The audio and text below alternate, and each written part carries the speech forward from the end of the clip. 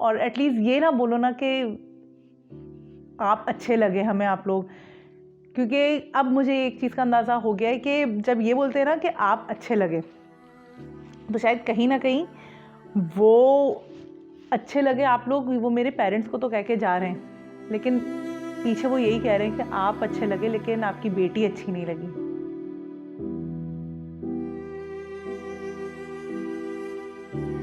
मेरा नाम मुनज़्ज़ा अहमद है, मेरी एज 32 ईयर्स है और तकरीबन 10 से 15 साल हो गए मुझे इस ट्रॉली कल्चर से गुजरते हुए। कभी आप कहीं से आ रहे हो, कुछ हो तो आपको एकदम से ये चीज़ घर आके बोलोगे भाई कोई देखने आ रहा है, कुछ है, और वो फिर अम्मी अच्छा सही से पहनना, कोई ढंग के कपड़े निकाल लो, तो इंतखाब कहीं ना कहीं अम्मी ही कर रही होती हैं कि हम कुछ भी निकालने तो होता है नहीं मैं बताती हूँ क्या पहनना है, और तैयार होना पड़ता है, जाहिर सी बात है, आपका दिल चाहे ना चाहे। वो चीज़ मुझे ऐसा हिट की थी कि जो शायद मेरी ज़िंदगी में हमेशा चलती रही, उसके बाद वो अब भी आके, और ये रिश्ता आंटियाँ जो हैं, ये सीरियसली बहुत बुरी चीज़ है। मतलब आप किसी को क्यों जज कर रहे हो? कोई मोटा है, कोई पतला है, कोई काला है, ये चीज़ मुझे लगता है ये जो रिश्ता आंटियाँ हैं, ये इन्होंने बहुत गलत की है ये चीज़ कि हूर परियाँ इंसानों में नहीं मिलती। कि जो रिश्ता आंटियाँ वाली होती हैं इनका भी कसूर नहीं है, रिश्ता आंटियाँ वाले तो काम करती हैं। हम एक्चुअली क्या करते हैं, चूँकि हमारी इसी तरह की जो मैंने एक पूरा कॉन्टेक्स्ट आपको बताया कि हम बचपन से ही क्या करते हैं, हम उनको एक काम देते हैं कि भाई आपने जो है रिश्ते के लिए लड़की ऐसी होनी चाहिए, तो ये हमारी डिमांड्स होती हैं जो कि हम रिश्ता आंटियों वालों को बता रहे होते हैं। हाँ, क्या ये रिश्ता जो कल्चर है या रिश्ता आंटियों वाला जो कल्चर है, ये जो बहुत सारी जो लोग मैरिज ब्यूरो हैं जो कि शादियाँ कराते हैं, क्या ये शहर में नहीं होनी चाहिए या क्या ये गलत है? नहीं, मैं बहुत अदब के साथ आपके साथ इस चीज़ पर इख्तिलाफ़ करूँगा कि ये चीज़ें होनी चाहिए। इसकी बुनियादी वजह यह है कि जो हमारी देहाती ज़िंदगी होती है और शहरी ज़िंदगी होती है, उनमें बुनियादी फ़र्क है। यानी जो हमारी शहरी ज़िंदगी होती है उनमें लोग एक दूसरे को नहीं जानते। इस तरह की चीज़ों का होना लोगों की मजबूरी है, मतलब ये होनी चाहिए। अगर ये चीज़ें होंगी, ये जो सारा का सारा रिश्ता कल्चर यहाँ पे होगा, ये जो मैरिज ब्यूरोज़ वाले होंगे तो लोगों की शादियाँ होंगी, ये लोगों को कनेक्ट करते हैं।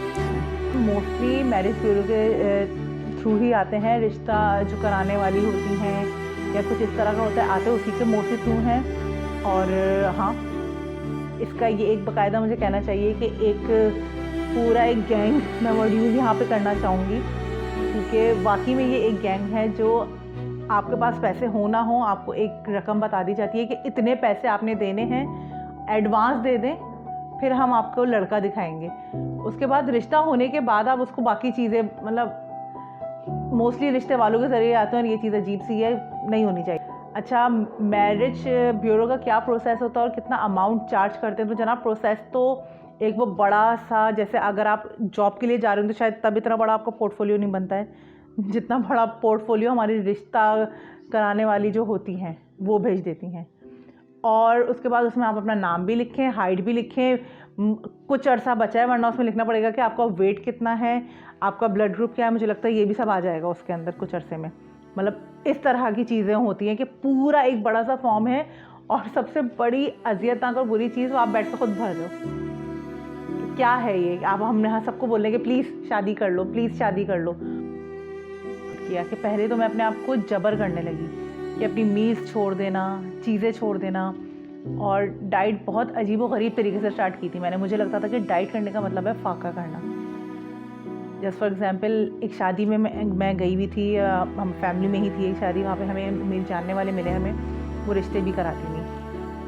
वो चीज़ मुझे, मेरे दिमाग में कहीं ना कहीं वो चीज़ अटक गई थी कि उन्होंने मुझे बोलेंगे कि बेटा नहीं, शक्ल तो अच्छी है, थोड़ा सा वज़न कम कर लो। मतलब मैं अगर अपना आप देखूं तो मैं अब, मुझसे ज़्यादा सबसे ज़्यादा फील होता है जब आपके माँ बाप की आस पास जाती है। एक वो कि हाँ यार, क्योंकि बड़ा ही प्यारे तरीके से वो लोग बोल के गए हुए होते हैं, उनको होता है कि हाँ शायद एक दिन, शायद 2 दिन।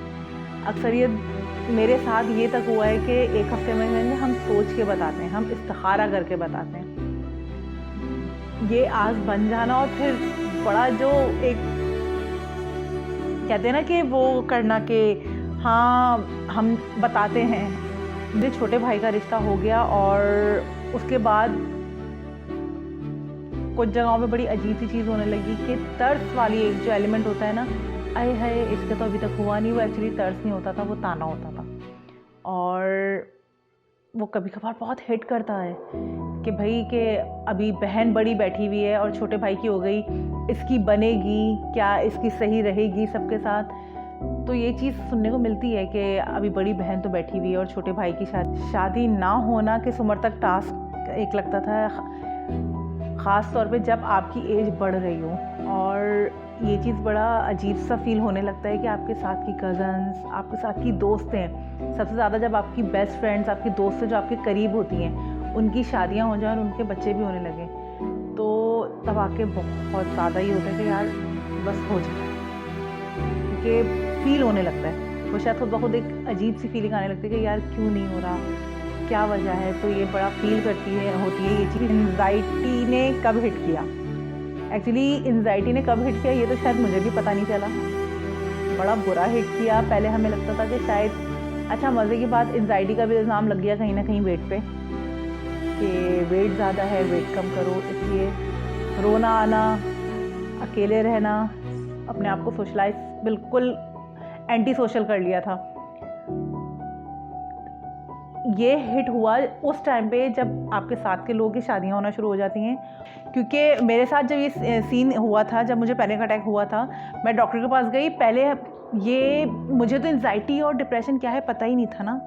पहले हम डॉक्टर के पास गए, उसने मुझे पहले मेडिकेशन दी। उसके बाद एक वो कहते हैं ना दिमाग से खेलना, वो मेरी अम्मी, मेरे बाबा, मेरे भाई दिमाग से नहीं खेल सकते, मैं उनके सामने नहीं खुल सकती। ये चीज़ एक फैक्ट है कि आप अपनों के सामने कभी खुल के नहीं बोल पाते हो। कहीं पे इज्जत आ जाती है, कहीं पे होता है यार मैं कैसे कहूँ, ये नहीं। वहाँ पे आके हमें थेरेपी, हमें साइकेट्रिस्ट की या फिर इन सब चीज़ों की ज़रूरत पड़ती है, जो कि हमें प्रॉपर तरीके से समझे, हमें खोल के। कभी कभार सिर्फ रोना ही आपकी थेरेपी होती है। नफ्सियात में काउंसलिंग होती है जिसको कहते हैं प्री मैरिटल काउंसलिंग, यानी शादी से पहले काउंसलिंग होती है बच्चियों की, या जब वो टीनेजर लड़कियां होती हैं उनकी भी काउंसलिंग होती है कि उन्होंने क्या करना है, अपने आप को कैसे लेकर चलना है। मगर हमारे मुल्क में अनफॉर्चुनेटली लोग काउंसलिंग के लिए नहीं आती, और ख़ास तौर पर जिन लड़कियों को रिजेक्शन हो जाती हैं, जो कि एंजाइटीज़ या घबराहट या इस तरह की डिप्रेशन की बीमारी में चली जाती हैं, वो भी किसी माहिर नफ्सियात से कांटेक्ट नहीं करते। और दूसरा ये है कि वो लड़कियां खुद भी नहीं बता सकती कि अपने पेरेंट्स को बता दे कि चूँकि वो रिजेक्ट हुई हैं और इस चीज़ की वजह से उनको बुरा लगा है, तो उनको किसी माहिर नफ्सियात से कंसल्ट करना चाहिए ताकि वो अपने आप को मैनेज कर सके, किसी दूसरे रिश्ते के लिए ख़ुद को तैयार कर सके। उनके लिए भी वो कंसल्ट नहीं करती। वो यही है कि मतलब जहनी सेहत से रिलेटेड, काउंसलिंग से रिलेटेड एक स्टिग्मा है उनके ऊपर, एक यानी जहनी सेहत के ऊपर एक बदनुमा दाग है। इस बदनुमा दाग होने की वजह से, इस स्टिग्मा की वजह से लोग किसी काउंसलर के पास नहीं जाते और अल्टीमेटली लड़कियों को बहुत ज़्यादा जहनी अमराज का शिकार हो जाती हैं। वो एक काइंड ऑफ रिजेक्शन का शिकार हो जाती हैं, एहसास कमतरी का शिकार हो जाती हैं, कंपैरिजन में चली जाती हैं कि जो उनकी सहेलियाँ हैं उनकी शादियाँ हो रही हैं और इनकी अभी तक शादी नहीं हुई। सो ये सारी प्रॉब्लम्स हैं। ज़रूरत इस बात की है, अगर मैं अपनी बातों को कंक्लूड करूँ तो वो यही होगा कि सबसे पहले लड़कियों का कैरियर सिर्फ शादी नहीं बनाना चाहिए। लड़कियों को आपने किसी दूसरे ट्रैक पर भी लेकर जाना है। आप उनसे कहना कि बेटा आप पढ़ो, ज़िंदगी में आगे बढ़ो, कुछ और कर लो। शादी ही ज़िंदगी नहीं है, शादी ज़िंदगी का एक हिस्सा है। शादी करने का दिल चाहता है या नहीं चाहता है, तो शादी करने का दिल चाहना ना चाहना ये शायद हमारे हाथ में नहीं है। मेरी फैमिली है, मेरे भाई हैं, मेरे माशाल्लाह मैरिड हैं, मेरे बड़े भाई के बच्चे हैं। मैं कब तक उनके ऊपर रहूँगी?